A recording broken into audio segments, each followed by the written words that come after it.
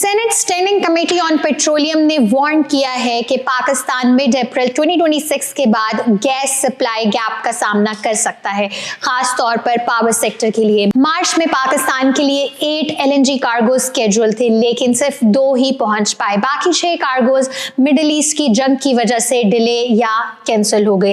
अप्रैल के कार्गोज में भी कुछ देर होने का अंदेशा है। ऑफिशियल्स ये कहते हैं कि अगर अल्टरनेटिव अरेंजमेंट्स ना किए गए तो 14 अप्रैल के बाद एलएनजी सप्लाई मुकम्मल तौर पर खत्म हो सकती है। एलएनजी सप्लाई डिस्ट्रप्शन की वजह है Iran conflict. Straight of Hormuz के शिपिंग रूट्स पर जंग और टेंशंस ने टैंकर मूवमेंट को स्लो या फिर रोक दिया है। Qatar LNG exports delay. Pakistan का मेजर एलएनजी सप्लायर कतर है और वहां से शिपमेंट्स रुक गई हैं।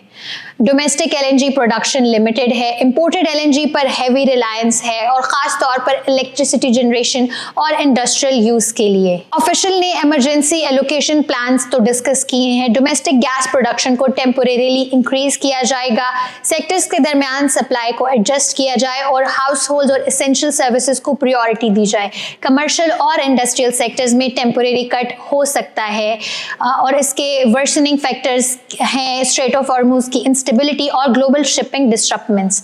ग्लोबल एनर्जी प्राइसेस का तेजी से बढ़ना, पहले से टाइट सप्लाई चेन्स, डिलेड या कैंसल्ड एलएनजी डिलीवरीज और इसकी वजह से इम्पैक्ट पड़ रहा है पावर सेक्टर पर। पावर प्लांट्स को एलएनजी नहीं मिल रहा, इलेक्ट्रिसिटी सप्लाई का और कॉस्ट का प्रेशर बढ़ चुका है और डोमेस्टिक सप्लाई के लिहाज से कंज्यूमर्स को राशनिंग का रिस्क है। इसके साथ ही साथ इन्फ्लेशन, पेट्रोल और डीजल के प्राइसेस भी बढ़ सकते हैं।